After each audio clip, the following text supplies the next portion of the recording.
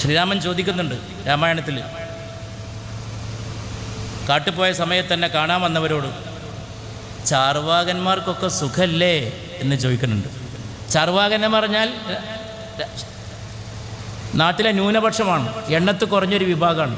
ന്യൂനപക്ഷ സമുദായത്തിന് സുഖല്ലേ എന്നാണ് ശ്രീരാമചന്ദ്രൻ ചോദിക്കുന്നത്. ഞാനങ്ങനെ രാമായണം വായിച്ചത്. ഞാൻ രാമായണം പ്രഭാഷണം നടത്തിയിട്ടുണ്ട് തൃശ്ശൂരിൽ. ഡോക്ടർ സുകുമാർ അഴീക്കോട് നടത്തിയത്, പിന്നെ അതിൻ്റെ സംഘാടകർ അഴീക്കോട് മാഷെ നിര്യാണത്തിന് ശേഷം. അപ്പോൾ എൻ്റെ രാമായണ വായന എങ്ങനെയാണെന്ന് ഞാൻ പറഞ്ഞു.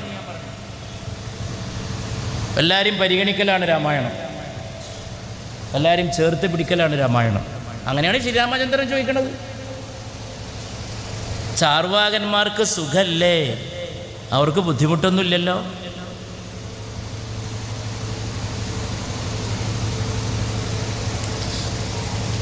അതുകൊണ്ട് ഇതൊക്കെ നമുക്ക് കാണാൻ കഴിയണം.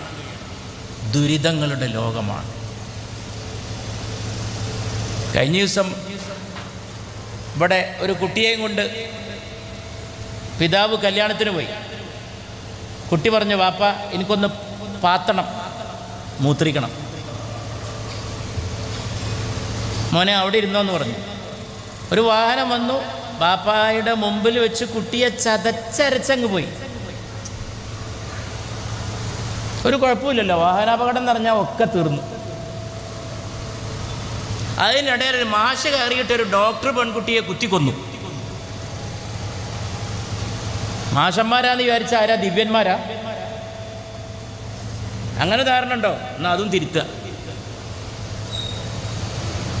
എല്ലാവർക്കും കൊടുക്കണം നീതിബോധവും ധർമ്മബോധവും കാരുണ്യബോധവും. മാഷന്മാർക്കും ക്ലാസ് കൊടുക്കണം.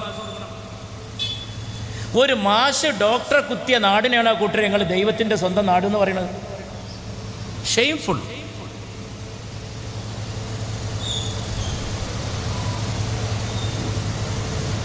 സകല ആശുപത്രിയിലും അടുത്ത കാലത്തായിട്ട് അക്രമമാണ്. കയറുക, ഗ്ലാസ് അടിച്ച് പൊളിക്കുക.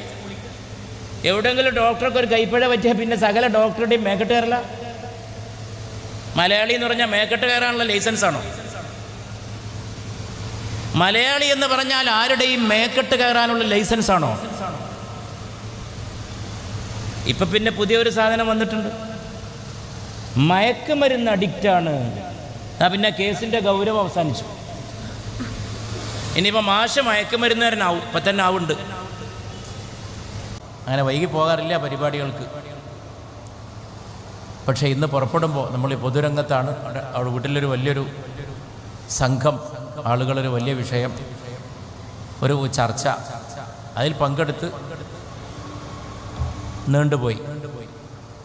നീണ്ടുപോയതല്ല, ഇറങ്ങാൻ പറ്റാത്തൊരു സാഹചര്യം ഉണ്ടായി. നീണ്ടൊന്നും പോയിട്ടില്ല, അത് നിങ്ങൾ ക്ഷമിക്കണം. നിങ്ങൾ പലരും നേരത്തെ എത്തിക്കാണും, ഞാനും തന്നെ അതുകൊണ്ടൊന്നും കഴിച്ചിട്ടൊന്നുമില്ല, നേരത്തെ പുറപ്പെട്ടു പോന്നതാണ്. ഈ സദസ്സിൽ എത്തിച്ചേരാൻ സാധിച്ചതിൽ വളരെ വലിയ സന്തോഷമുണ്ട്.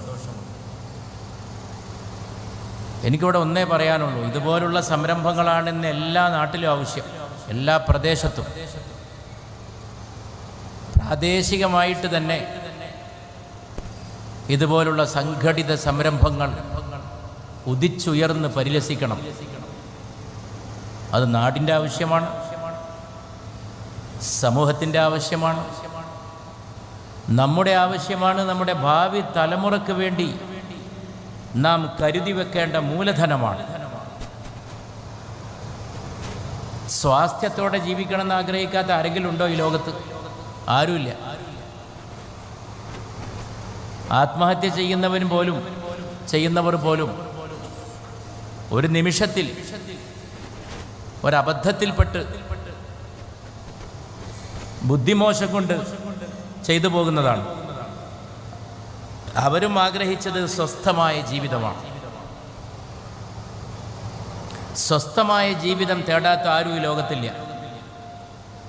വ്യക്തികൾ, കുടുംബങ്ങൾ, സമൂഹങ്ങൾ, സമുദായങ്ങൾ, ജനതതികൾ, ജനവിഭാഗങ്ങൾ, ജനസഞ്ചയങ്ങൾ എല്ലാവരും തേടുന്നത് സ്വാസ്ഥ്യമാണ്. എങ്കിൽ ആ സ്വാസ്ഥ്യത്തെ സാക്ഷാത്കരിക്കാൻ സമൂഹത്തിൽ ചില കാര്യങ്ങളൊക്കെ ഉണ്ടായിരിക്കണം, ചില സന്തുലിതാവസ്ഥകൾ, ചില സഹിഷ്ണുതാപരമായിട്ടുള്ള വ്യവഹാരങ്ങൾ, സഹവർത്തിത്വത്തിൻ്റെ പ്രോജ്വല മാതൃകകൾ ഉണ്ടായിരിക്കണം. അരീക്കോട് പോലൊരു സ്ഥലത്ത് ഇങ്ങനെ ഒന്ന് ഉയർന്നു വന്നത് വളരെ വലിയൊരു കാര്യമാണ്. അരീക്കോട് എന്ന് കേൾക്കുമ്പോൾ എനിക്കൊക്കെ വളരെ വൈകാരികമായിട്ടുള്ള ഒരു നാമധേയമാണ്, ഒരു സ്ഥലപ്പേരാണ്. ഞാനിവിടെ ഇരിക്കുമ്പോൾ അപ്പുറത്തെ എൻ്റെ സുഹൃത്ത്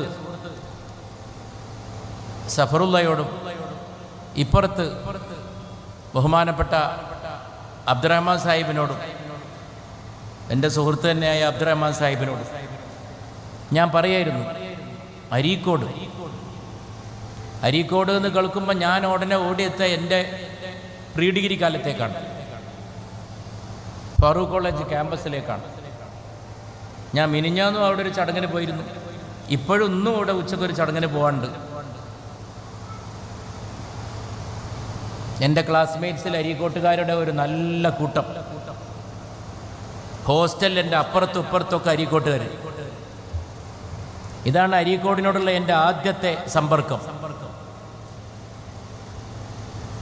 അരീക്കോടിൻ്റെ മറ്റു പ്രത്യേകതകളൊന്നും ഞാൻ അരീക്കോട്ടുകാരോട് പറയുന്നതിൽ അർത്ഥമില്ല. വിദ്യാഭ്യാസത്തിൽ,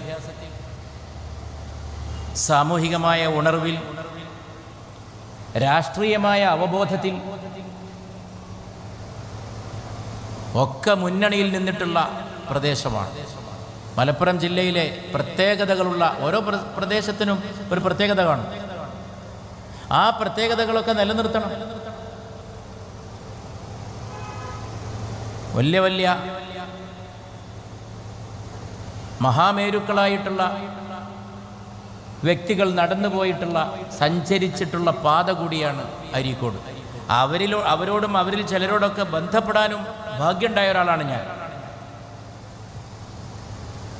അരീക്കോട്ടെ സാധാരണക്കാരോടും അരീക്കോട്ടിൽ നിന്ന് ഉയർന്നു വന്ന നേതാക്കളോടും പണ്ഡിതന്മാരോടും ഒക്കെ വ്യക്തിപരമായിട്ട് തന്നെ സമ്പർക്കപ്പെടാൻ എനിക്ക് ഭാഗ്യമുണ്ടായി. എൻ്റെ ആകണ്ടായൊരു ഭാഗ്യം എൻ്റെ ജീവിതത്തിൽ. ഞാൻ വളരെ ചെറുപ്പത്തിൽ തുടങ്ങിയ ഒരാളാണ്. അതുകൊണ്ട് ഞാനിങ്ങനെ തിരിഞ്ഞു നോക്കുമ്പോൾ, ഞാനൊരു ആത്മകഥ എഴുതിയാൽ എൻ്റെ പുസ്തകത്തിൽ എല്ലാ മേഖലയിലുള്ളവർ കടന്നു വരും. എൻ്റെ ജീവിതം അങ്ങനെ ഒരു ഭാഗ്യമുള്ള ജീവിതമാണ്. മഹാപണ്ഡിതന്മാർ, സമുദായത്തിൽ എല്ലാ വിഭാഗങ്ങളിലും പെട്ടവർ, വലിയ കലാകാരന്മാർ, അഭിനേതാക്കൾ, നടന്മാർ, സമുന്നതരായ നേതാക്കൾ, വലിയ ഗായകർ. ഇന്നലെ ഞാൻ ചെയ്തൊരു പണി ജയചന്ദ്രനെ കുറിച്ചൊരു ലേഖനം എഴുതലായിരുന്നു. സമയം കിട്ടിയില്ല. ഈ പരിപാടികളുടെ പാച്ചിലിൻ്റെ ഇടയിൽ ഇടയ്ക്ക് ഇരുന്നിട്ട് മാതൃഭൂമി, മലയാളത്തിൻ്റെ മഹാഗായകൻ യേശുദാസും ജയചന്ദ്രനുമാണ്. അത് എഴുതി തീർത്തു, രാത്രി കൊടുത്തു. അപ്പം എൻ്റെ മനസ്സിലുടനീളം ജയചന്ദ്രനുമായി ഞാൻ നടത്തിയിട്ടുള്ള സമ്പർക്കങ്ങളും ഞങ്ങളുടെ ബന്ധങ്ങളുമാണ്. അത് വലിയ ഭാഗ്യമാണ്. പലരോടും ബന്ധപ്പെടാൻ നമുക്ക് കഴിയുന്നത് ഒരു ഭാഗ്യമാണ്. ഞാനൊക്കെ ചെറിയ ആളാണ്, പക്ഷെ നമ്മൾ വലിയ ആളുകളോട് ബന്ധപ്പെടുമ്പോൾ നമ്മുടെ ജീവിതത്തിന് ചില പ്രാധാന്യം കൈവരും. അങ്ങനെയാണ് എൻ്റെ വിശ്വാസം. അല്ലെങ്കിലും ഒരാളെ കണ്ടുമുട്ടുന്നത് ഭാഗ്യമാണ്. Every meeting is great, every meeting is rare. ഓരോ സംഗമവും അപൂർവമാണ്. ആ ആളെ പിന്നെ കണ്ടോളന്നില്ല. അതുകൊണ്ടാണ് ഞാൻ അപൂർവം എന്ന് പറയുന്നത്. ഞാൻ ഒരാളെ കണ്ടു, ഇനി ആ ആളെ ഞാൻ മരിക്കുന്നതിന് മുമ്പ് എപ്പോഴെങ്കിലും കണ്ടോളന്നൊരു നിർബന്ധമില്ല. ഞാൻ എൻ്റെ ജീവിതത്തിൽ ഒരിക്കൽ കണ്ട ഒരാളെ പിന്നെ കാണുന്നത് എന്ത് ഗ്യാരണ്ടി? ഇംഗ്ലീഷിൽ പഴമൊഴിയുണ്ട്, ഒരു വഴിക്ക് പോകുമ്പോൾ ഹസ്തദാനം ചെയ്യാൻ വേണ്ടി ഒരാൾ കൈ നീട്ടിയാൽ, ഷെയ്ക്കാൻഡിന് വേണ്ടി ഒരാൾ കൈ നീട്ടിയാൽ ഉടനെ നീ തിരിച്ച് ഹസ്തദാനം ചെയ്തേക്കണം. കാരണം ആ മനുഷ്യനെ നീ നാളെ വീണ്ടും കണ്ടില്ലെന്ന് വന്നേക്കാം.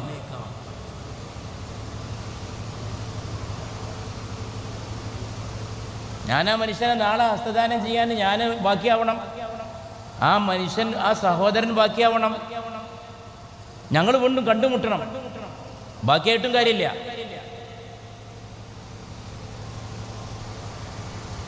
വിൻസ്റ്റൺ ചർച്ചിലിൻ്റെ ഒരു തമാശ ഉണ്ട്. മഹാനായ ബ്രിട്ടീഷ് പ്രധാനമന്ത്രി, ലോകത്തെ വലിയ ഡെമോക്രാറ്റ്സ്, വലിയ ജനാധിപത്യവാദികളുടെ കൂട്ടത്തിൽ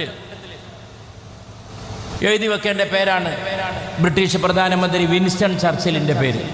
വലിയ പ്രൈം മിനിസ്റ്റർ ആയിരുന്നു, നല്ല ഹ്യൂമറസ് ആയിരുന്നു, നർമ്മം. വലിയ രാഷ്ട്രീയ നേതാക്കളൊക്കെ വലിയ നർമ്മമുള്ളവരായിരുന്നു. എബ്രഹാം ലിങ്കൺ വലിയ നർമ്മമായിരുന്നു. പരിശുദ്ധ റസൂൽ മുഹമ്മദ് നബി സല്ലല്ലാഹു അലൈഹി വസല്ലം നർമ്മം പറഞ്ഞിരുന്നു. അപൂർവമായിട്ടെങ്കിലും ഒരു നർമ്മവും ഇല്ലാത്തവരെയാണ് സൂക്ഷിക്കേണ്ടത്. ഞാനിപ്പോൾ സഫറിനോട് പറയായിരുന്നു, ഞാൻ ഇവിടെ ഇരിക്കുമ്പോൾ കുറേ ചിരിച്ചു. നിങ്ങൾ അരീക്കോട്ടുകാർ വളരെ ഹ്യൂമറസ് ആണല്ലേ എന്ന് ഞാൻ ചോദിച്ചു. അരീക്കോട്ടുകാർ ഞാൻ കണ്ട ആളുകളൊക്കെ രസികന്മാരാണ്. ഞാൻ കണ്ടുമുട്ടിയ അരീക്കോട്ടുകാരിൽ അരസികന്മാർ ആരുമില്ല എന്ന് തന്നെ പറയണം. എൻ്റെ സതീർത്ഥ്യരിൽ, എൻ്റെ അധ്യാപകരിൽ ഒക്കെ അരീക്കോട്ടുകാരുണ്ടായിരുന്നു. എൻ്റെ സുഹൃത്തുക്കളിൽ. ഇതൊക്കെയാണ് സമൂഹത്തിൽ നിലനിർത്തേണ്ടത്. ചർച്ചിലിനെ കാണാൻ വേണ്ടിയിട്ടൊരു ഫോട്ടോഗ്രാഫർ വന്നു. ഫോട്ടോ എടുക്കാനുള്ള കമ്പം കൊണ്ട് വന്നതാണ്. ഒരുപാട് ഫോട്ടോ എടുത്തു. ഫോട്ടോ എടുത്തിട്ടും തൻ്റെ ക്യാമറയുടെ ദാഹം തീരാതെ ചർച്ചിലിനെ പോലൊരു വലിയ മനുഷ്യനെ മുമ്പിൽ കണ്ടുകിട്ടിയ അഭിമാനത്താൽ വിജൃംഭിതനായി ആ ഫോട്ടോഗ്രാഫർ ചോദിച്ചു, ഒരു പോർട്രേറ്റും കൂടി എടുത്തോട്ടെ സർ, എന്നെ അനുവദിക്കുമെന്ന്? പോർട്രേറ്റ്, ഒരു പൂർണ്ണ ചിത്രം. നാളെ എടുക്കാൻ കഴിഞ്ഞില്ലെങ്കിലോ എന്ന് ഈ ചെറുപ്പക്കാരൻ ചോദിച്ചു. അപ്പോൾ വിൻസ്റ്റൺ ചർച്ചിലിന് നല്ല പ്രായമുണ്ട്. നല്ല പ്രായമുള്ളൊരു സമയത്താണ് ഈ ചർച്ചിലിനോട് ചോദിക്കുന്നത്. അപ്പോൾ അതിൻ്റെ അർത്ഥം എന്താണെന്ന് നമുക്ക് മനസ്സിലാവും. നാളെ നിങ്ങൾ ബാക്കിയായില്ലെങ്കിലോ, നിങ്ങൾ തട്ടിപ്പോയാലോ എന്നാണ് ഈ ചെറുപ്പക്കാരൻ ചോദിക്കുന്നത്. നാടൻ ഭാഷയിൽ പറഞ്ഞാൽ, നാളെ നിങ്ങൾ തട്ടിപ്പോയാൽ എനിക്ക് ഫോട്ടോ എടുക്കാൻ കഴിയില്ലല്ലോ. പക്ഷെ പരമരസികനായ വിൻസ്റ്റൺ ചർച്ചിൽ ഈ ചെറുപ്പക്കാരനെ ചേർത്ത് പിടിച്ചു ശരീരത്തോട്. എന്നോട് ചോദിച്ചു, യങ് മാൻ, യുവാവേ, നാളെ എൻ്റെ ഫോട്ടോ എടുക്കാൻ കഴിയാത്ത എന്ത് രോഗമാണ് എനിക്കുള്ളത് എന്ന് ചോദിച്ചു. അങ്ങനെ തിരിച്ചു കൊടുക്കാനും കഴിയണം. ചില ഗോളൊക്കെ അപ്പം തന്നെ തിരിച്ചടിക്കണം. അരീക്കോട്ടെ ഭാഷയിൽ പറഞ്ഞാൽ ഗോള് അപ്പം തിരിച്ചു കൊടുക്കണം. കാരണം അരീക്കോട്ടുകാരെ പറ്റി പറയാതെ മലപ്പുറത്തിൻ്റെ ഫുട്ബോളിനെ കുറിച്ച് പറയാൻ കഴിയില്ല. ഇതൊക്കെ അരീക്കോട്ടെ നന്മകളാണ്. ഞാൻ ദീർഘമായിട്ട് സംസാരിക്കണില്ല. പ്രത്യേകിച്ച് ആദരണീയനായ ഫാദർ വളരെ നേരത്തെ എത്തിച്ചേർന്നിട്ടുണ്ട്. ഉണ്ണീഷൻ നമ്പൂതിരി അവറുകൾ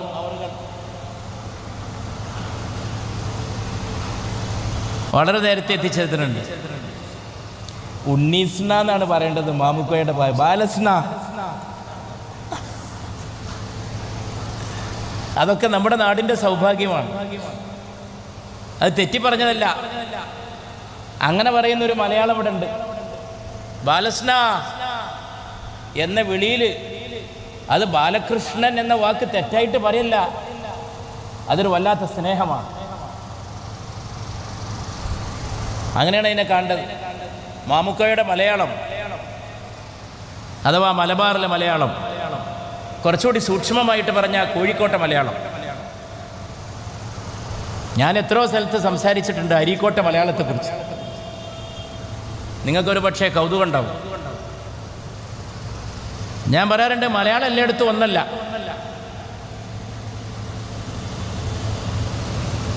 മലയാളം പോലും ഒന്നല്ല. പിന്നെ എന്തിനാണ് ഇതിൻ്റെയൊക്കെ പേരിൽ തർക്കം? വള്ളുവനാടൻ മലയാളം വളരെ മനോഹരമാണ് എന്ന് വെച്ച് അത് മലപ്പുറം ജില്ലയുടെ ഒരു ഭാഗത്താണ് ഈ വള്ളുവനാടൻ മലയാളം. വള്ളുവനാടൻ മലയാളത്തിലാണ് മലയാള ചലച്ചിത്രം, സിനിമ പതിറ്റാണ്ടുകളോളം രമിച്ചത് എന്ന് ഞാൻ പറയും.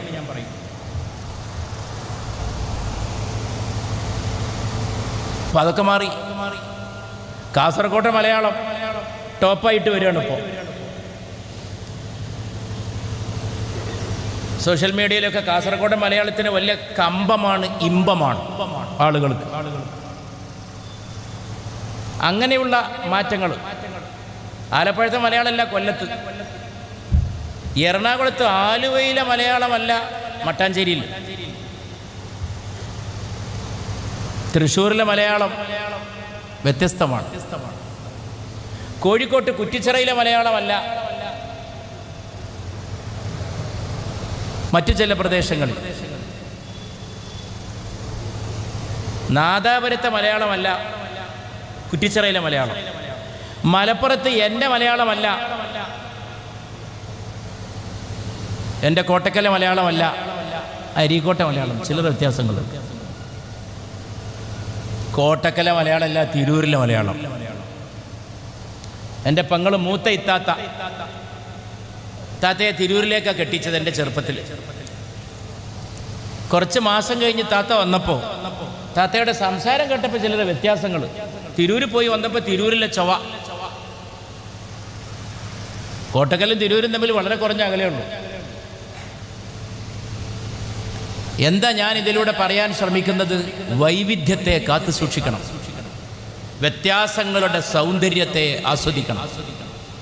വ്യത്യാസങ്ങളൊന്നും പിണങ്ങാനുള്ളതല്ല, വ്യത്യാസങ്ങളൊന്നും ഏറ്റുമുട്ടാനുള്ളതല്ല. വ്യത്യാസങ്ങൾ പരസ്പര പൂരകമാണ്, പരസ്പരം മാരകമാകരുത്. ഒക്കെ രസമാണ്, എല്ലാം ഒരുപോലെ. അതിലെന്ത് ചന്തം.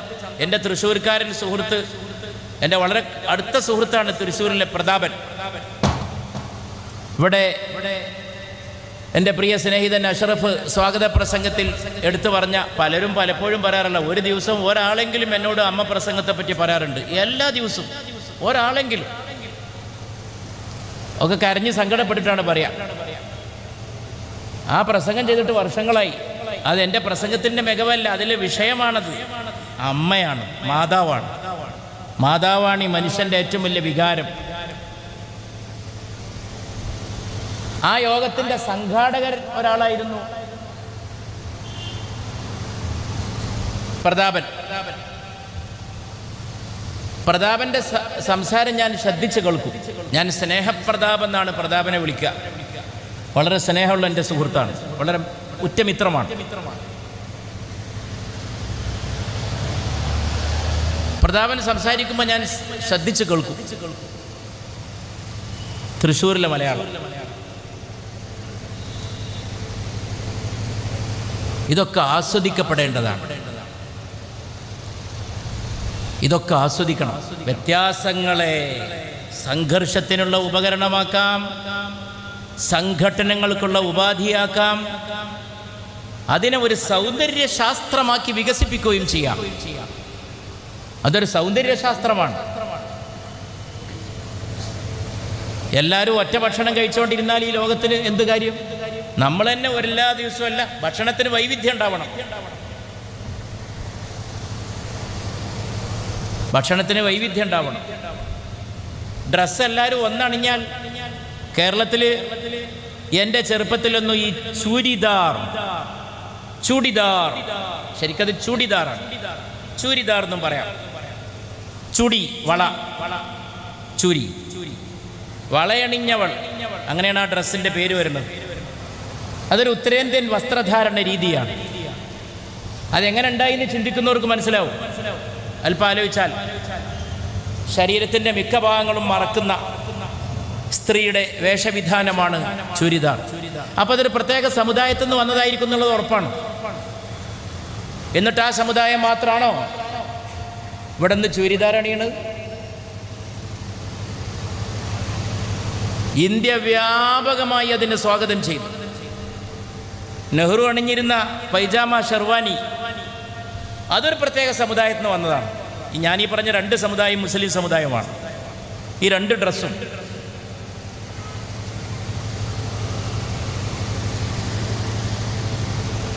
നെഹ്റുവിൻ്റെ പൈജാമ ഷെർവാനി. നെഹ്റുവിനെ പ്രത്യേകം എടുത്ത് പറയണം. നെഹ്റു ആ ഡ്രസ്സിലൊക്കെ വളരെ ശ്രദ്ധിച്ചിരുന്ന അഴകായ പ്രധാനമന്ത്രി, ഇന്ത്യയുടെ ആഴമായ പ്രധാനമന്ത്രി, അതാണ് ജവഹർലാൽ. ആ നെഹ്റു ആ ഡ്രസ്സ് അണിഞ്ഞിങ്ങനെ നിന്നാൽ നെഹ്റുവിൻ്റെ പ്രഭാഷണം പോലെ, നെഹ്റുവിൻ്റെ ഭാഷ പോലെ, നെഹ്റുവിൻ്റെ വേഷവും. ഇംഗ്ലണ്ടിൽ നെഹ്റു പ്രസംഗിക്കണം. ലണ്ടനിൽ ഒരു കുട്ടി വീട്ടിലേക്ക് വിളിച്ചു പോയി പറഞ്ഞു എന്നാണ് ആ യോഗം കഴിഞ്ഞിട്ട്, അമ്മേ ഇന്ത്യയുടെ പ്രധാനമന്ത്രി വന്നിരിക്കുന്നു, ട്രൗസർ ഇട്ടിട്ടില്ല. ട്രൗസർ എന്ന് പറഞ്ഞാൽ പാൻറ്റ് അല്ല, നമ്മളെ നാട്ടിൽ പറയുന്ന മാതിരി മുട്ട് വരെയുള്ള അതിനല്ല ട്രൗസർ എന്ന് പറയാം. ഇംഗ്ലീഷിൽ ട്രൗസർ എന്ന് പറഞ്ഞാൽ പാൻസാണ്. നെഹ്റു ട്രൗസർ ഇട്ടിട്ടില്ല എന്ന് ഈ കുട്ടി പറയാൻ കാരണം, കാലുമലിങ്ങനെ ഇറുകി ഇട്ടിട്ടുള്ള സാധനമാണ് പൈജാമ. കാലിനോട് ചേർന്ന് കിടക്കും, കാലിനോട് ചുറ്റിപ്പിണഞ്ഞ് കിടക്കും. പുറത്തുനിന്ന് നോക്കുമ്പോൾ കാല് കാണുന്ന പോലെ ഉണ്ടാവുള്ളൂ. ഈ കുട്ടിക്ക് അറിയുന്നവർക്കറിയാം അത് മനോഹരമാണ് ഈ പൈജാമ. അതിങ്ങനെ ചുരുണ്ട് ചുരുണ്ട് പല പൈജാമ ഉണ്ട്. ചില പൈജാമ കാലിനോട് ഇങ്ങനെ ചുരുണ്ട് പോകും, വള്ളി പടർന്ന പോലെ. മരത്തിൽ മരക്കൊമ്പിൽ വള്ളി പടർന്ന പോലെ. അപ്പം നെഹ്റു ഒരു പാൻറ് ഇട്ടിട്ടില്ല എന്നാണ് ഈ കുട്ടിക്ക് തോന്നിയത്. ആ വേഷവിധാനം അതൊക്കെ അവിടെ ഇരിക്കട്ടെ. ആദരണീയനായ ഫാദർ, ഞാനൊരു തമാശ പറഞ്ഞോട്ടെ. സഫറുദ്ദീൻ ഞാനും തമ്മിൽ ഫാദറെ വേഷത്തെപ്പറ്റി ഇഷ്ടംപോലെ ഈ വേഷം ഞാൻ കണ്ടിട്ടുള്ളതാണ്, നമ്മളൊക്കെ കാണുന്നതാണ്. ഞാൻ ഇഷ്ടംപോലെ ക്രൈസ്തവ സമ്മേളനങ്ങളിൽ പോയിട്ടുള്ള ഒരാളാണ്. ക്രൈസ്തവ ഫാദർമാരുടെ സമ്മേളനത്തിൽ പോലും ഞാൻ പോയിട്ടുണ്ട്, എന്നെ ക്ഷണിച്ചിട്ടുണ്ട്. ഫാദർമാരുടെ അഖില ലോക സമ്മേളനത്തിലേക്ക് എൻ്റെ ക്രൈസ്തവ സഹോദരങ്ങൾ എന്നെ ക്ഷണിച്ചിട്ടുണ്ട്. അത് യൂട്യൂബ് കിടക്കുന്നുണ്ട് എൻ്റെ സംസാരം. അതോ ഭാഗ്യമാണ്, ഇതൊക്കെ ഭാഗ്യമാണ്. മനുഷ്യന്മാരെ കാണുന്നത് ഭാഗ്യമാണ്, ഒന്നിച്ചിരിക്കുന്നത് ഭാഗ്യമാണ്, പരിചയപ്പെടുന്നത് ഭാഗ്യമാണ്, കണ്ടുമുട്ടുന്നത് ഭാഗ്യമാണ്. അതുകൊണ്ടാണ് പരിശുദ്ധ റസൂൽ തിരുനബി മുഹമ്മദ് നബി എപ്പോഴും ഉണർത്തിയത് സല്ലല്ലാഹു അലൈഹി വസല്ലം, നീ എല്ലാവരെയും ഗ്രീറ്റ് ചെയ്യൂ, അഭിവാദ്യം ചെയ്യൂ എന്നാണ് പറയുന്നത്. മതം കൊണ്ട് നടക്കുന്നവരെല്ലാവരും കൂടി അതിനെ പല രീതിയിൽ വ്യാഖ്യാനിച്ചിട്ടുണ്ടാവും. ഞാൻ ആ വ്യാഖ്യാനങ്ങൾക്കൊന്നും എനിക്ക് താല്പര്യമില്ല. ഞാനതിൻ്റെ സ്പിരിറ്റിലേക്ക് നോക്കൂ. ഗ്രീറ്റ് എവരിബഡി, ഇതാണ് മുഹമ്മദ് നബി പറഞ്ഞത്. എല്ലാവരെയും അഭിവാദ്യം ചെയ്യൂ സല്ലല്ലാഹു അലൈഹി വസല്ലം. അതിൻ്റെ സംഘടനാപരമായ വ്യാഖ്യാനങ്ങളൊക്കെ എന്നെ സംബന്ധിച്ച് അപ്രസക്തമാണ്. അങ്ങനെയുള്ള വ്യാഖ്യാനങ്ങളൊന്നും നബി ഉദ്ദേശിച്ചതല്ല, അത്ര എനിക്ക് പറയാനുള്ളൂ. സല്ലല്ലാഹു അലൈഹി വസല്ലം. എല്ലാവരും ഇന്ന് പറഞ്ഞാലെല്ലാം പെട്ടു, ബുദ്ധിയുള്ളവന് മനസ്സിലാവും. എല്ലാവരെയും മദീനയിലേക്ക് തിരുനബി കടന്നു വരികയാണ്. ഞാൻ എൻ്റെ സംസാരം ദീർഘിപ്പിക്കല്ല, അങ്ങനെ ഒന്ന് രണ്ട് കാര്യം പറഞ്ഞ് അവസാനിപ്പിക്കാം. ഇവിടെ ഇവരൊക്കെ സംസാരിക്കാണ്ട് ഞാനാകെ വൈകി വന്ന ആളുമാണ്. വൈകി വന്നിട്ടേറെ സമയം എടുക്കുന്നത് ഒട്ടും ഭൂഷണമല്ല. എനിക്ക് വേറെ 2-3 പരിപാടി ഉച്ചയ്ക്ക് മുമ്പേനുണ്ട്.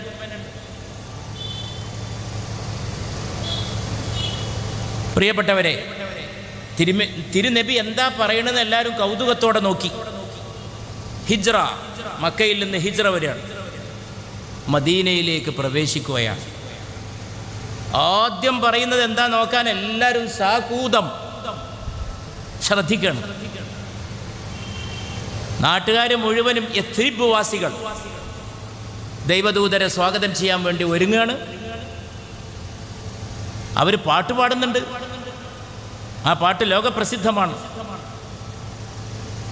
പൂർണ്ണചന്ദ്രൻ ഉദിച്ചിരിക്കുന്നു എന്ന് പറഞ്ഞിട്ടാണ് അവർ സ്വാഗതം ഗാനം പാടിയത്. ഈത്തപ്പനയുടെ മുകളിൽ വരെ മനുഷ്യന്മാർ കയറിയെന്നാണ് നബി വരുന്നത് ദൂരെ നിന്ന് കാണാൻ സല്ലല്ലാഹു അലൈഹി വസല്ലം. കുട്ടികളും മക്കളും സ്ത്രീകളൊക്കെ ഇറങ്ങിയിട്ടുണ്ട്. ആദ്യം വന്നിട്ട് എന്താ പറയണമെന്ന് നോക്കി. ഇതായിരുന്നു ആദ്യം പറഞ്ഞത്, അത്ഇമു തആം, ആളുകളെ ഭക്ഷണം കഴിപ്പിക്കൂ, മനുഷ്യന്മാർക്ക് അന്നം കൊടുക്കൂ, ആഹാരം കൊടുക്കൂ. വഫ്ശുസ്സലാം, എല്ലാവരെയും അഭിവാദ്യം ചെയ്യൂ. ഇതിനേക്കാളും വലിയൊരു സന്ദേശമുണ്ടോ എന്നും പറയാൻ? അതിനല്ലേ എന്നും അന്നം കൊടുക്കൂ, അഭിവാദ്യം കൊടുക്കൂ. എന്നെ സംബന്ധിച്ച് ലോകത്തിലെ പ്രശ്നങ്ങളൊക്കെ തീർന്നു. അന്നം കൊടുക്കൂ, അഭിവാദ്യവും കൊടുക്കൂ. എല്ലാവരെയും അഭിവാദ്യം ചെയ്യൂ. എൻ്റെ പഠനത്തിൽ പരിശുദ്ധ റസൂൽ സല്ലല്ലാഹു അലൈഹി വസല്ലം മനുഷ്യന്മാരെ അഭിവാദ്യം ചെയ്യാൻ പറഞ്ഞ ഒരു സ്ഥലത്തും നിങ്ങൾ മനുഷ്യരെ അഭിവാദ്യം ചെയ്യൂ എന്ന് പറഞ്ഞതായി ഞാൻ കണ്ടിട്ടില്ല. പിന്നെ ഞാൻ എന്താ കണ്ടത്? ഞാൻ കണ്ടത് അഭിവാദ്യത്തെ വ്യാപകമാക്കൂ എന്നാണ്. അങ്ങനെയാണ് നബി പറഞ്ഞിരിക്കുന്നത് സല്ലല്ലാഹു അലൈഹി വസല്ലം. അഭിവാദ്യത്തെ വ്യാപിപ്പിക്കൂ. വഫ്ശുസ്സലാം, അഭിവാദ്യത്തെ പരത്തൂ.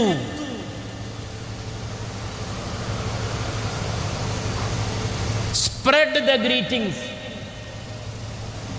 അവിടെ പിന്നെ ഭേദങ്ങളില്ല. ഒരിത്തിരി അന്തം മതി ഇതൊക്കെ മനസ്സിലാക്കാൻ. വ്യത്യാസമില്ല. അഭിവാദ്യത്തെ വ്യാപിപ്പിക്കൂ. Spread it, വ്യാപിപ്പിക്കൂ, പരത്തൂ. കണ്ടവനൊക്കെ അഭിവാദ്യം ചെയ്യൂന്ന്, സലാം ചെയ്യൂന്ന്.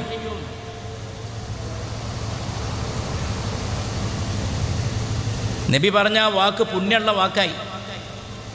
ഇന്ത്യ വരെ അതിനെ സ്വീകരിച്ചു. ഇന്ത്യയിലെ ഇടതുപക്ഷ പ്രസ്ഥാനം ഇന്ന് ഉപയോഗിക്കുന്ന വാക്ക് ലാൽ സലാം എന്നാണ്. സലാം, ഇതൊക്കെ അതിന് വന്നതാണ്. നമുക്ക് അറിവിനെ പിൻപറ്റാൻ കഴിയുമെങ്കിൽ, നമുക്ക് അന്വേഷണങ്ങളെ പിൻപറ്റാൻ കഴിയുമെങ്കിൽ ഇതൊക്കെ മനസ്സിലാവും. അത് കൈകാര്യം ചെയ്യുന്നവരും മനസ്സിലാക്കണം, അല്ലാത്തവരൊക്കെ മനസ്സിലാക്കണം. സലാം, ഈ വാക്ക് എങ്ങനെ ഉണ്ടായി എന്നുള്ള കാര്യത്തിൽ സംശയമില്ലല്ലോ. അങ്ങനെ പല കാര്യങ്ങളും.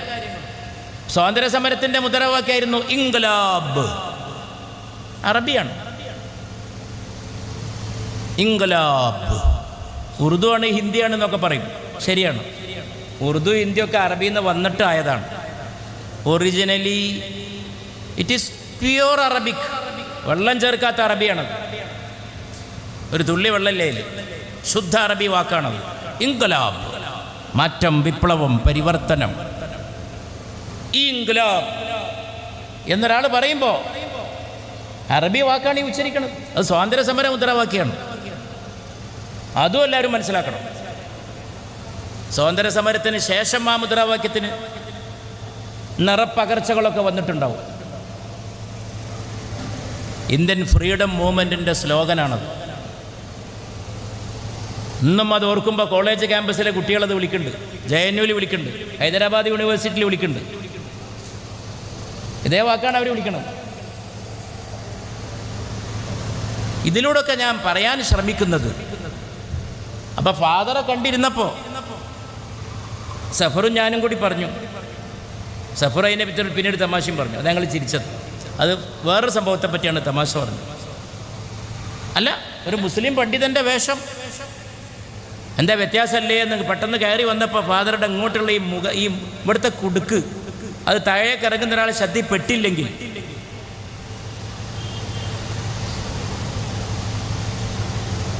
എന്താ ഇപ്പം വ്യത്യാസം? കന്യാസ്ത്രീയുടെ വസ്ത്രവും പർദ്ദയും തമ്മിൽ എന്താ വ്യത്യാസം? ഒരിത്തിരി വിശാല വീക്ഷണമാണെന്ന് മാത്രം. കുടുസായി പോണവർക്ക് മുഴുവൻ വ്യത്യാസമാണ്. കന്യാസ്ത്രീയായ സഹോദരിമാർ അവർ സ്കൂളിൽ ടീച്ചറായിട്ട് തന്നെ വർക്ക് ചെയ്യുന്നുണ്ട്. പിന്നെപ്പോൾ അങ്ങനെ ഒരു വേഷം ഒരു കുട്ടി സ്കൂളിലിട്ട് വന്നതിന് എന്തിനാ അത്ര വലിയ കുഴപ്പമുണ്ടായത്? അടുത്ത സംസ്ഥാനത്ത് എത്ര ആലോചിച്ചിട്ട് മനസ്സിലാവണില്ല.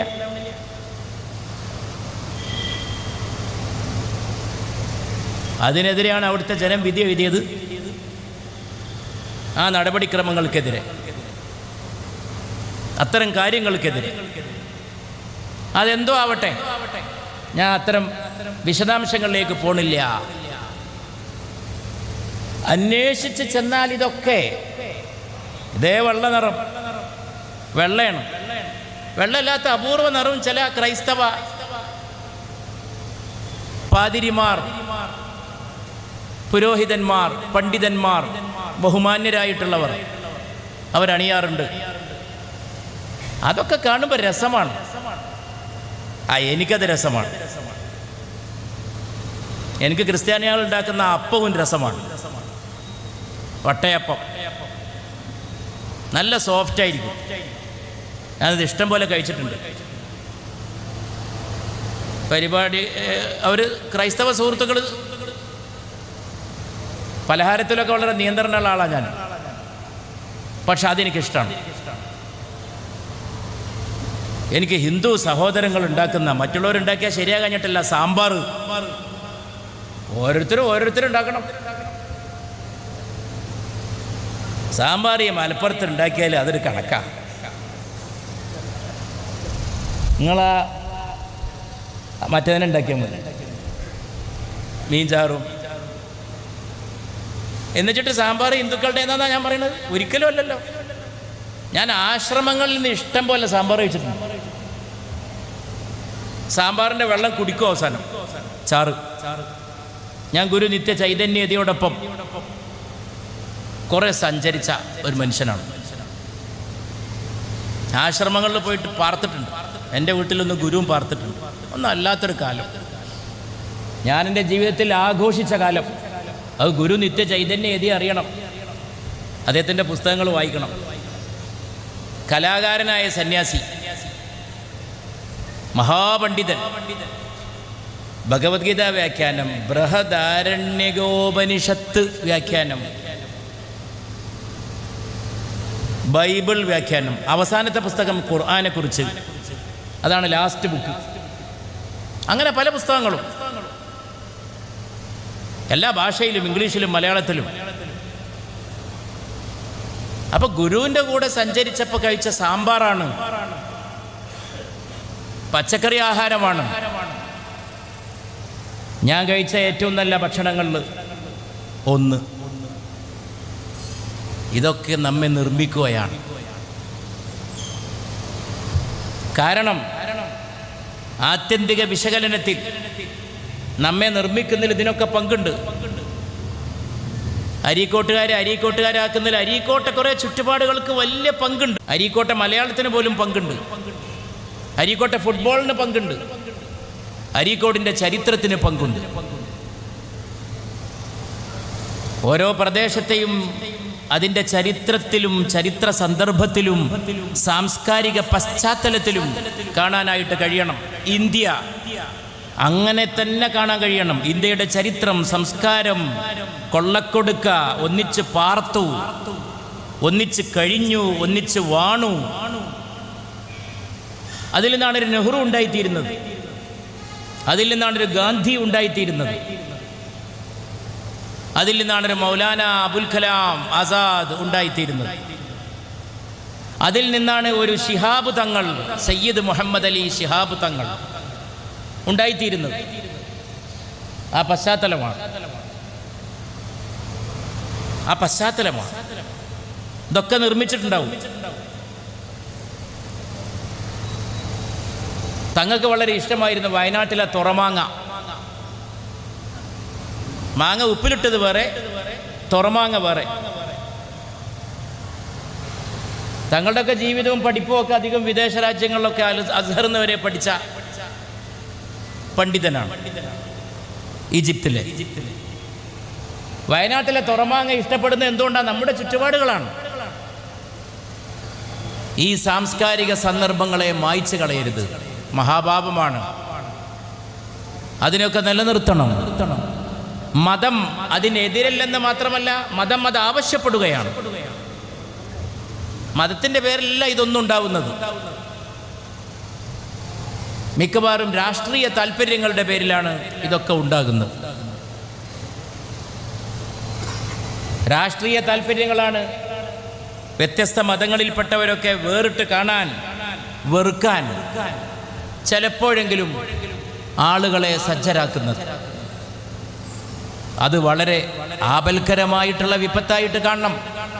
ഒന്നിച്ചിരിക്കണം. ഈ സദസ്സ് പോലെ എന്ന് പലരും ഇവിടെ പറഞ്ഞു, എല്ലാ ഗ്രാമങ്ങളിലും ഇതുണ്ടാവണം.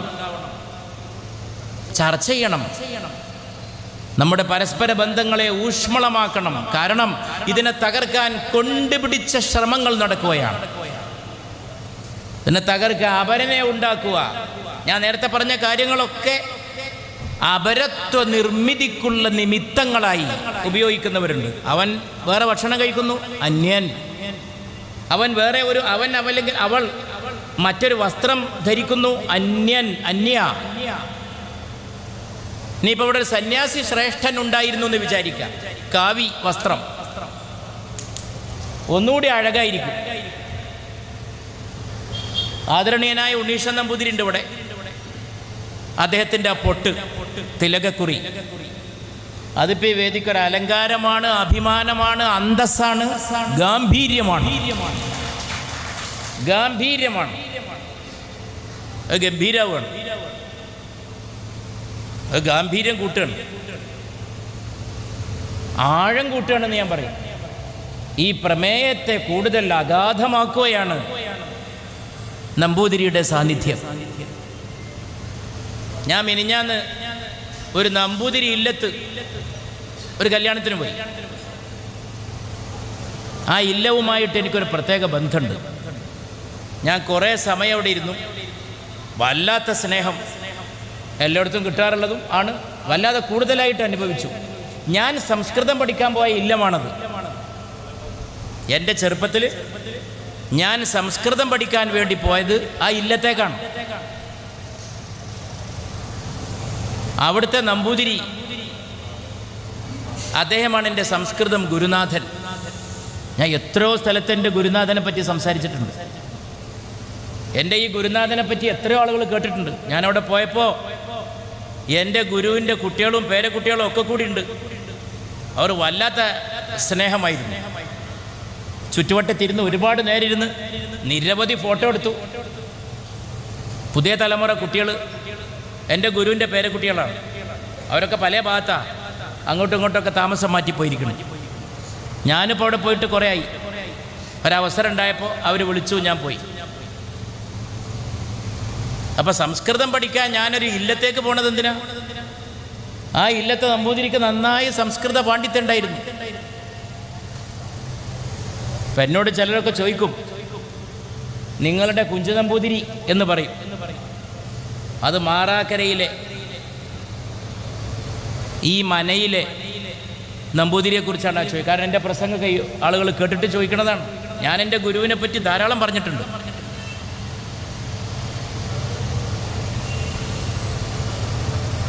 പാർലമെൻറ്റിൻ്റെ മകുടത്തിൽ ഞാൻ ഉപനിഷത്ത് എഴുതി വെച്ചത് കണ്ട് വായിച്ചപ്പോൾ അതിനെപ്പറ്റി പറയുമ്പോഴും ഞാൻ എൻ്റെ ഗുരുനാഥനെ പറ്റി പറഞ്ഞിട്ടുണ്ട്. ഒരു നമ്പൂതിരി ഇല്ലത്തെ ഒരു കർഷകൻ, ഒരു സംസ്കൃത പണ്ഡിതൻ. അപ്പം നമ്മുടെയൊക്കെ ഗ്രാമങ്ങളുടെ പഴയ പാരമ്പര്യം ഒന്ന് ആലോചിക്കണം. ഒരു നമ്പൂരി ഇല്ലത്തെ ഇല്ലം പാഠശാലയാണ്.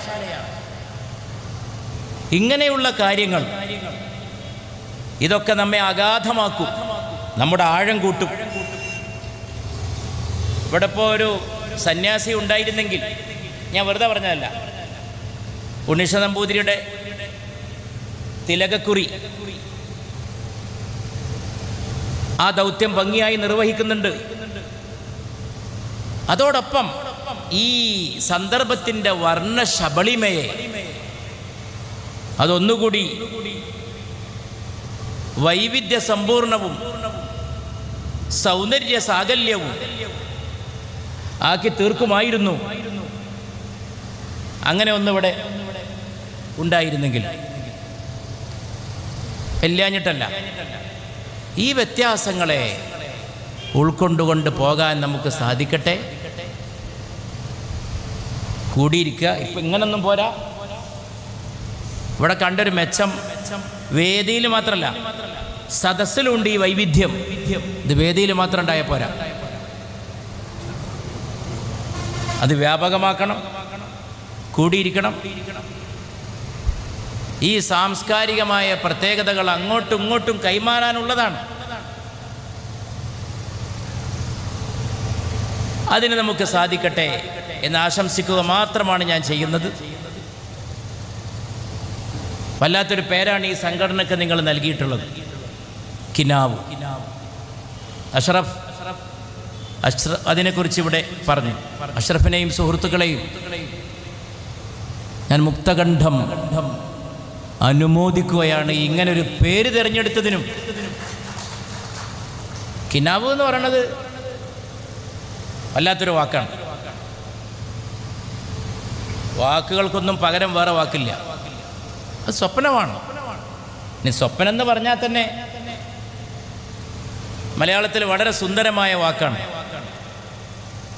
ഇപ്പം ഞാൻ ഇവിടെ നിന്ന് ആലോചിച്ചാൽ എവിടെയൊക്കെ മലയാളത്തിൽ ഗാനങ്ങളുടെ വരെ സ്വപ്നം എന്ന വാക്ക് വന്നിട്ടുണ്ടാവും. സ്വപ്നം വെറുമൊരു സ്വപ്നം, സ്വപ്നം സ്വപ്നം സ്വപ്നം. ഒരു വളരെ പ്രസിദ്ധമായിട്ടുള്ള ഗാനമാണ്. സ്വപ്നം വെറുമൊരു സ്വപ്നം, സ്വപ്നം സ്വപ്നം. ആ വാക്ക് എത്ര സംഗീതാത്മകമാണ്. സ്വപ്നം എന്ന് പറഞ്ഞാൽ തന്നെ സംഗീതാത്മകമാണ്. കിനാവ് കാണാം. സ്വപ്നങ്ങളെ നിങ്ങൾ സ്വർഗകുമാരികളല്ലോ.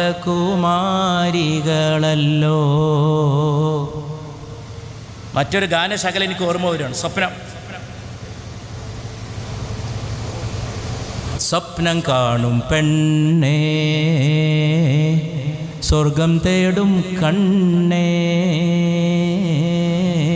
യേശുദാസും ജാനകിയാണെന്നാണ് തോന്നുന്നത്. പ്രസിദ്ധമായ യുഗ്മഗാനമാണ്. എത്രയാണ് വന്നിരിക്കുന്നത് സ്വപ്നം.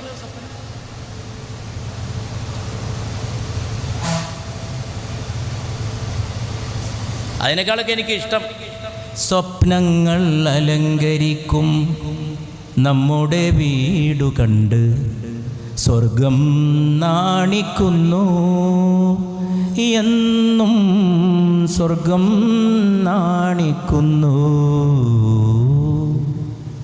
അങ്ങനെ ആവണം. സ്വപ്നങ്ങൾ അലങ്കരിക്കും. സ്വപ്നങ്ങളാൽ അലങ്കരിക്കപ്പെട്ട നമ്മുടെ വീട്. എല്ലാവർക്കും സ്വപ്നം, നല്ല സ്വപ്നം. മോശപ്പെട്ട സ്വപ്നം ആരും കൊണ്ടു നടക്കില്ല. മോശപ്പെട്ട സ്വപ്നത്തെ ദുസ്വപ്നം എന്നാണ് പറയാ. ഭീകര സ്വപ്നം എന്നാണ് പറയാ.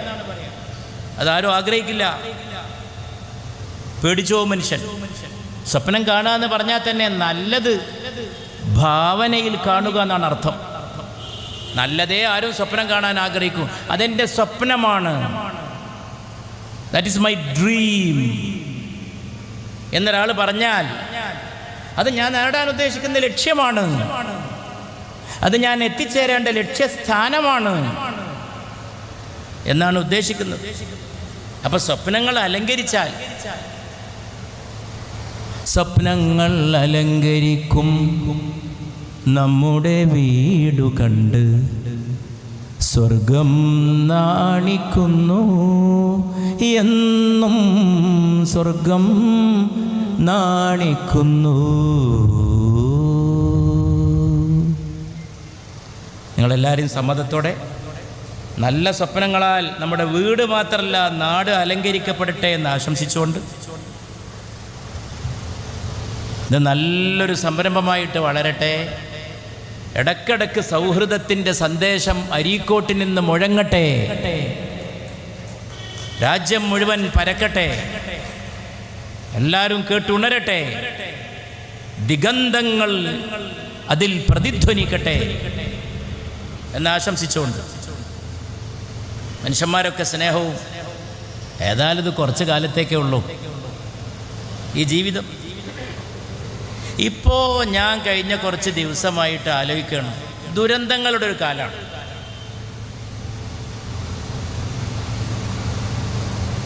ഞാനൊരു സെൻസിറ്റീവായ മനുഷ്യനാണ്.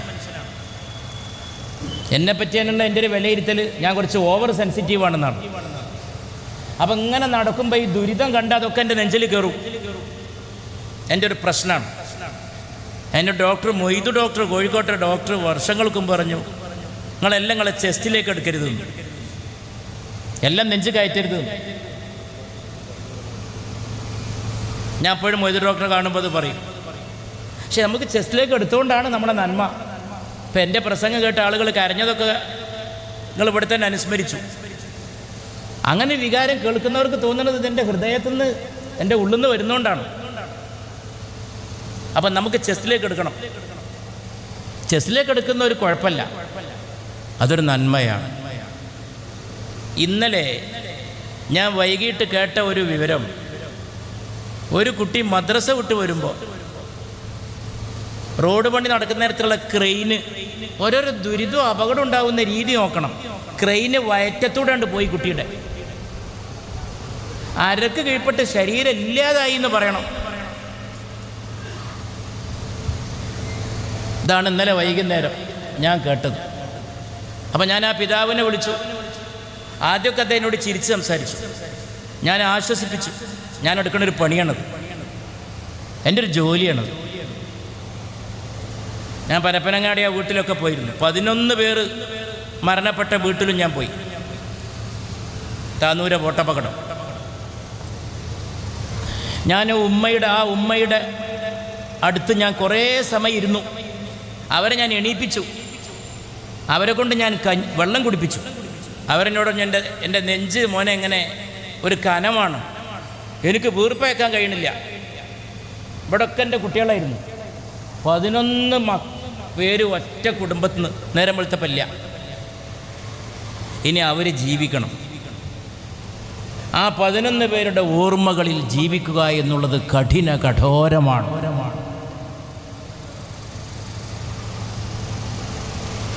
അതിനേക്കാളും ഞാൻ വിഷമിച്ചത്, ഇതൊന്നും പറയാൻ തന്നെ കഴിയില്ല, ആ പോലീസുകാരനായ സഹോദരൻ്റെ വീട്ടിൽ പോയിട്ടാണ്. ഈ 11 പേര് മരിച്ചെടുത്ത് പോയത് സഹിക്കാം.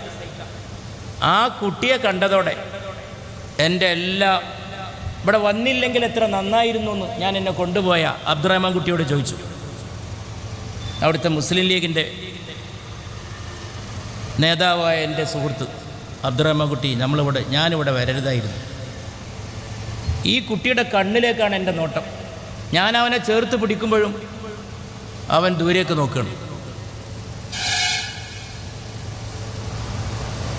പിന്നെ ഞാൻ കേട്ടതൊക്കെ എനിക്കെൻ്റെ ചെസ്റ്റിലേക്ക് മാത്രം കയറ്റി വെക്കാൻ കഴിയുന്ന കാര്യമാണ്. ഇവൻ്റെ വാപ്പ, മരണപ്പെട്ട പോലീസുകാരൻ, പിതാവിൻ്റെ ഖബർ സന്ദർശനത്തിന് സിയാറത്തിന് പോകുമ്പോൾ, ദുആ ചെയ്യാൻ പോകുമ്പോൾ, സലാം ചൊല്ലാൻ പോകുമ്പോൾ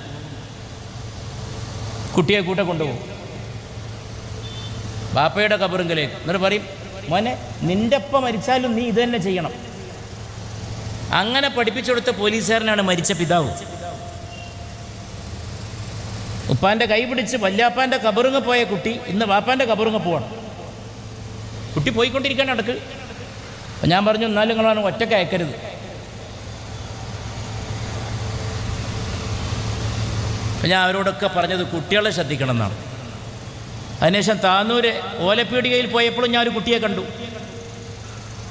അവൻ്റെ മൂക്കിൻ്റെ അറ്റത്തൊക്കെ വിയർപ്പ് തുള്ളികൾ ഞാൻ കണ്ടു. മൂക്കിൻ്റെ അറ്റത്തെ വിയർപ്പ് തുള്ളി അവൻ്റെ അകത്തുള്ള ആദിയാണ്.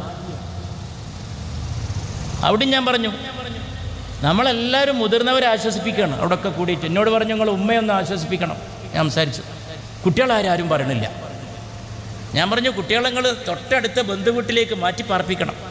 ഈ സന്ദർശനവും ഈ വരവും ഈ ഓർമ്മകളും ഈ പറച്ചിലും നഷ്ടപ്പെട്ട പിതാവിനെ കുറിച്ചുള്ള ഓർമ്മപ്പെടുത്തലുകളും. അപ്പോഴാണ് ഇന്നലെ ഈ ക്രെയിൻ. അപ്പോൾ ഇന്നലെ ഒരു ഖുർആൻ്റെ സദസ്സിൽ ഞാൻ കുറേ ദുആ ചെയ്തു. മഗ്രിബിന് ശേഷം ഈ കുട്ടി വയറ്റത്തിന് ക്രെയിന് പോയി ശരീരത്തിൻ്റെ അടിഭാഗം തന്നെ ഇല്ല. എന്നിട്ട് ഈ ബാപ്പ എന്നോട് പറയാ, സമദാനി സാഹിബേ, എൻ്റെ മോൾ എന്നോട് പറയണത് ബാപ്പ കരയേണ്ടതാണ്. ഈ ക്രെയിന് തട്ടിയിട്ട് ശരീരത്തിൻ്റെ അടിഭാഗം തന്നെ ഇല്ലാതായി പോയ കുട്ടി പറയണത് ബാപ്പ കരയേണ്ടെന്ന്.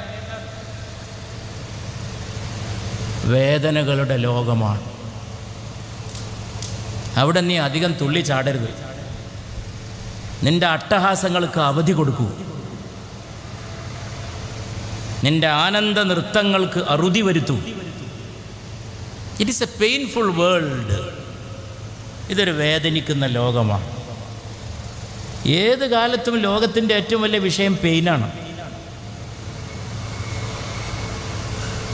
ആ പെയിന് കണ്ടതാണ് യേശുവിൻ്റെ മാഹാത്മ്യം.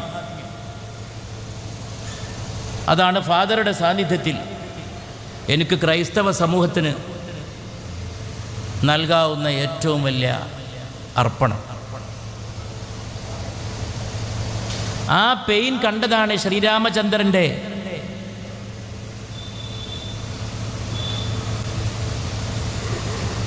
മാനസവിലാസം.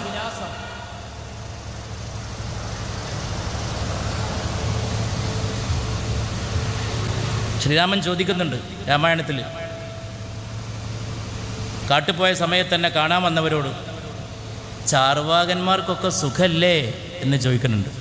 ചാർവാകൻ എന്ന് പറഞ്ഞാൽ നാട്ടിലെ ന്യൂനപക്ഷമാണ്, എണ്ണത്ത് കുറഞ്ഞൊരു വിഭാഗമാണ്.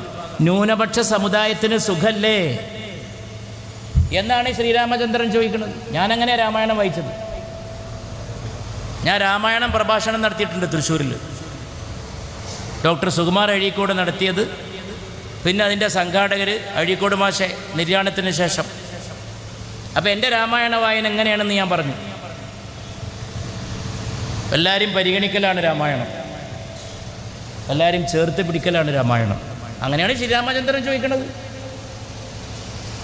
ചാർവാകന്മാർക്ക് സുഖല്ലേ, അവർക്ക് ബുദ്ധിമുട്ടൊന്നുമില്ലല്ലോ.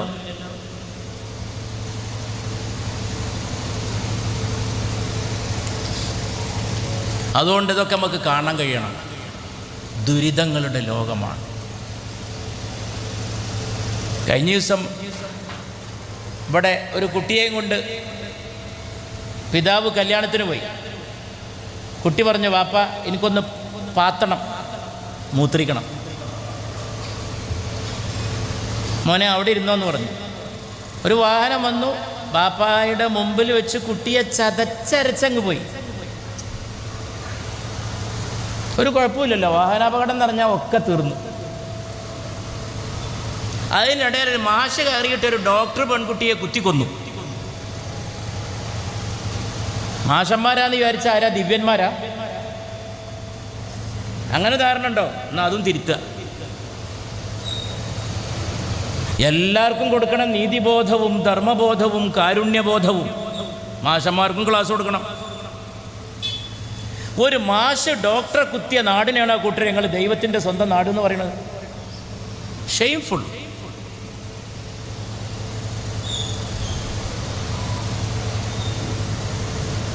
സകല ആശുപത്രിയിലും അടുത്ത കാലത്തായിട്ട് അക്രമമാണ്. കയറുക, ഗ്ലാസ് അടിച്ച് പൊളിക്കുക. എവിടെയെങ്കിലും ഡോക്ടർക്ക് ഒരു കൈപ്പഴ പറ്റിയാൽ പിന്നെ സകല ഡോക്ടറുടെയും മേക്കെട്ട് കയറില്ല.